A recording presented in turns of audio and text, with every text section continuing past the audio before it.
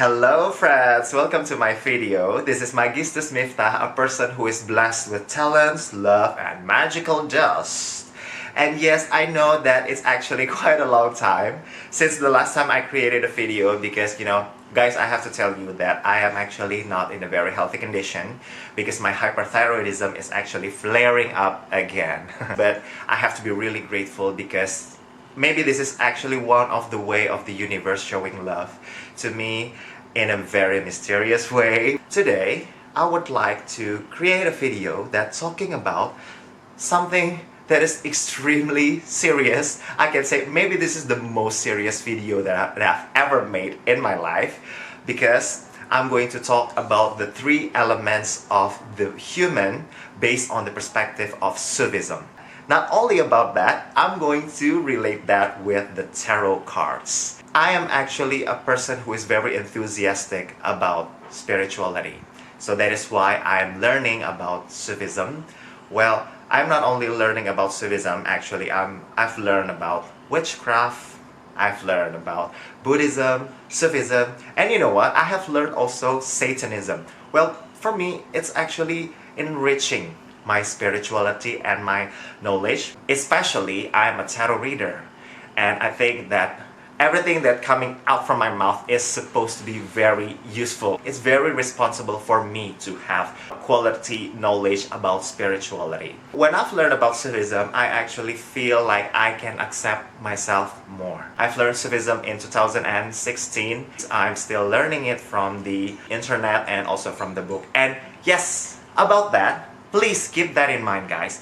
I am not the expert of this thing. If I made a mistake about it, please, I am terribly sorry, but you guys need to just do your own research on the internet or also on the books. And also, please find a very quality guru or spiritual teacher that understands a lot about this. So let's start. What is actually the elements from human? The first one is called ruh, or en español se llama el espíritu del Dios. I'm not sure the word in English, but well, ruh, it's Arabic word that describe about the power or the spirit of the God. I'd like to say that. This is my interpretation. Well, if we are computer, ruh is actually the power of the device.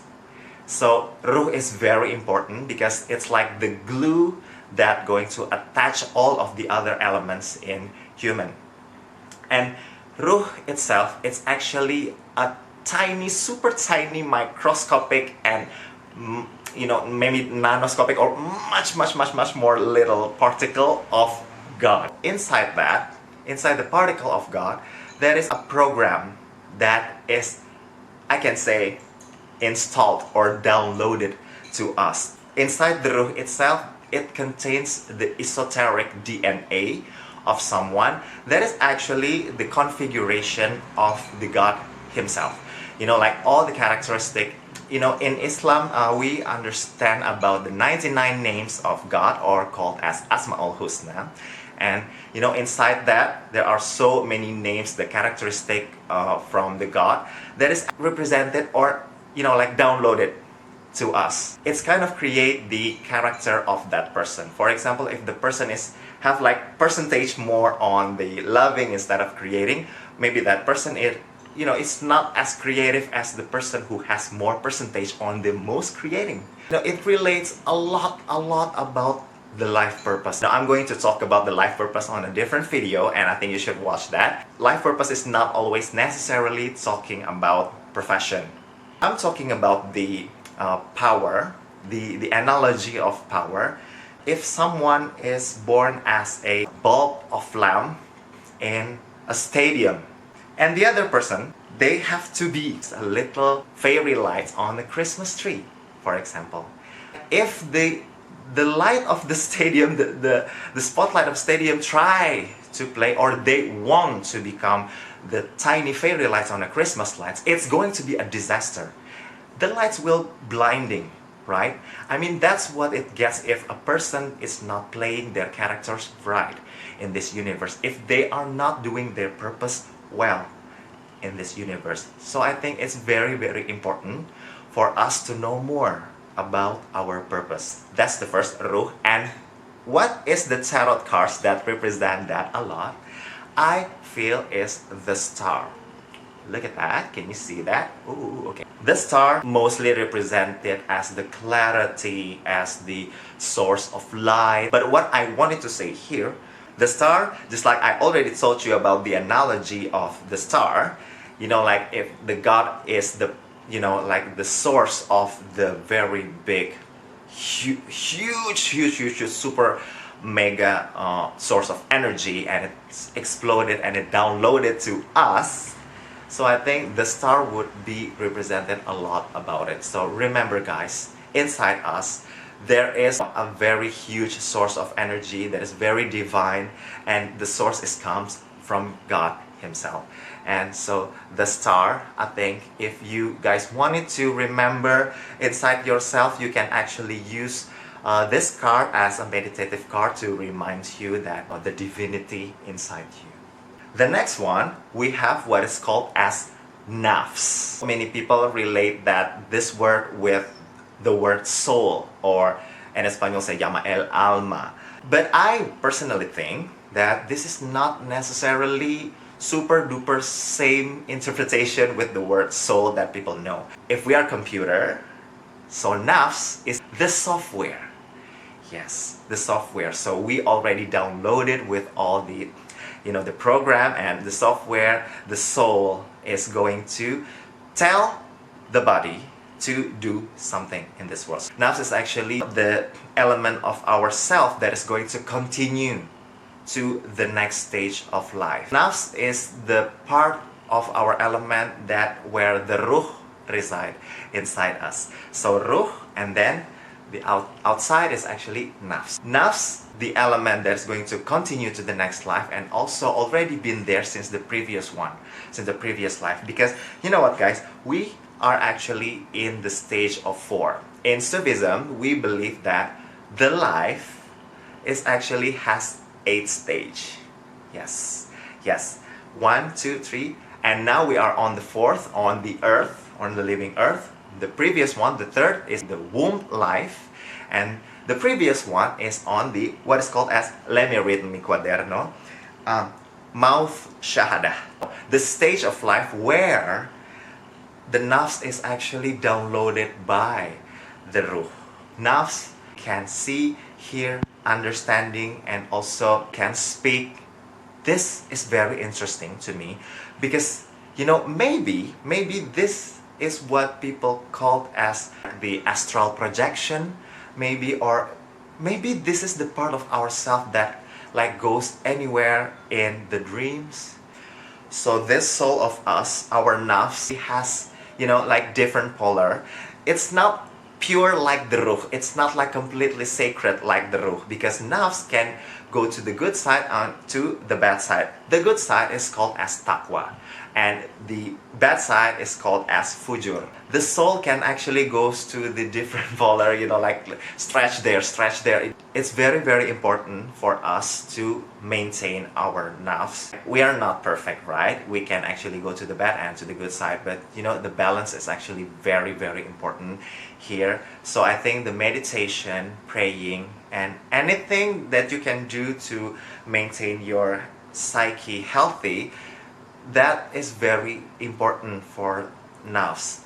Because guys, imagine that we are going to continue another for life after this. So I think we should take care of our nafs really, really well, right? We have to, you know, to do the good deeds. Tarot cards, I'd like to relate that with the card the Fool. You know, can you see? And that's the Fool. The Fool always represented about new journey, new thing, new beginning, anything that related to new. And you know, the journey, the spiritual journey is also represented with the Fool. Just like I told you, Nafs is going to travel to the next stage, to continue to the next stage of life. So the Fool would represent a lot about it. So yeah, That's nafs. The next one, we have jasad, or body, or el cuerpo. Yes, jasad is very common that we know. It's the, we can see the body, we can see el cuerpo. This is the hardware. If we are a computer, this is the hardware. We have the power, we have the software, now we have the hardware. And it's very impossible to do anything in this life without the body, because we're living in a very, concrete or realistic or materialistic world where we need to touch, we need to do work, we need to talk, we need to speak, and all the purposes that already downloaded to us, it's going to be very difficult to do in this type of world. Guys, do you remember that human is actually part of the animal kingdom? Yes, and we are naturally have animalistic nature, right? I think this is the part where the nafs are stretched to the side of the bed because of the carnal desire. But we can control this body, this hardware, without telling the body to do something. The body won't do anything, right? So the nafs is actually very controlling, and that's the part where we can do about it. And let me read mi cuaderno again. And yes, we have desire, we have lust, we have pain.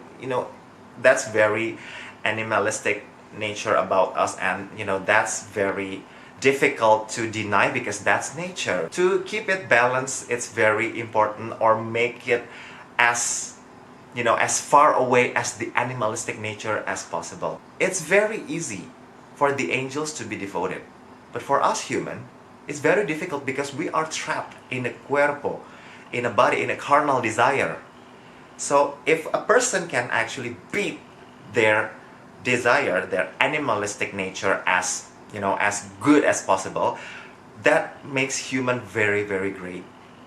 And from what I've learned from the teacher, when we die, basically that our body is going back to the earth, to the ground, and our ruh is going to the sky, going up to the sky, and our nafs will continue to the different part of stage of life.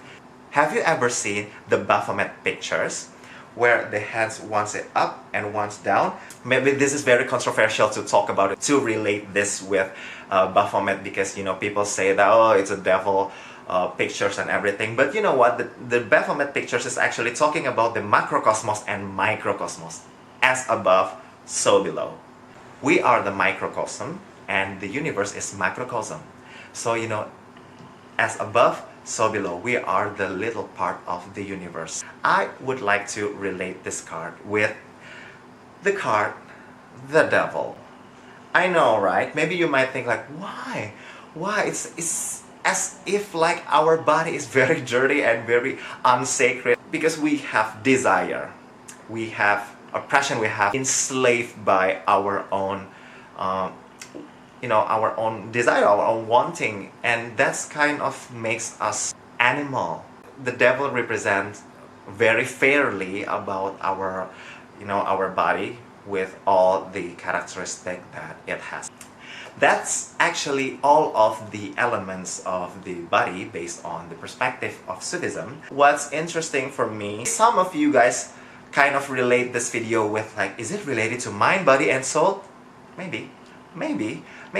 But I think what's really important for all of this is to find the balance of all of them. And I think the balance represented a lot with the temperance, right? Even though it's not representing one of the elements, but I think this is gluing all of them. So it's very important to find the balance of all of that. And from what I've learned from the class of Sufism, the whole point, like the philosophy of this thing that we are living here and why we are created is actually to know more about ourselves and to know more about our Creator.